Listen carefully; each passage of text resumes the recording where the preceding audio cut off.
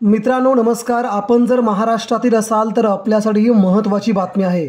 मित्रांनो, महाराष्ट्रामध्ये भाजप आणि शिंदे गटाने केंद्रातील नेत्यांनी राज्यातील महत्त्वाची प्रादेशिक पक्ष फोडले आणि आपलं राजकारण केलं।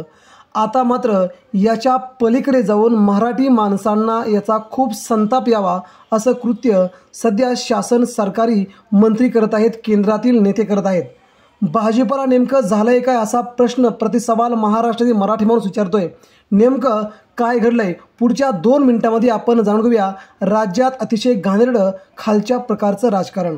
मित्रांनो, हे आहेत ठाकरे गटाचे आमदार नितीन देशमुख यांच्या विरोधात ईडीने चौकशी सुरू केली। महाराष्ट्रातील सरकारने देखील चौकशी सुरू केली।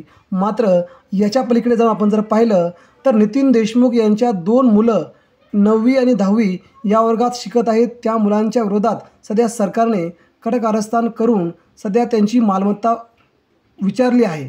9वी 10वी आणि 8वीच्या वर्गात शिकत असलेली मुलं सध्या त्यांच्यावरती किती खर्च होतो असा प्रतिसवाल सध्या विचारला गेला आहे आणि लाचलुचपत प्रतिबंधक विभाग यांच्यामार्फत ही चौकशी सुरू केली आहे। म्हणजे सध्या राज्याचं राजकारण कोणत्या दिशेने चाललं आहे? राज्यातील मुलांनी शिक्षण घ्यायचं नाही का? नेमकं कसं असा प्रश्न सध्या मराठी जनता फडणवीस यांना आणि भाजपला विचारते।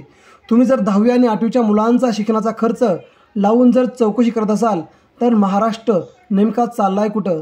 महाराष्ट्र देशाला दिशा दाखवतो, परंतु आपण कोणत्या प्रकारचं राजकारण करत आहात असा प्रश्न सध्या विचारला जातोय। मित्रांनो, याबद्दल आपणास काय वाटतंय? मुलांच्या शिक्षणावरचा खर्च विचारणं हे उचित आहे का? आपणही आपल्या प्रतिक्रिया द्या।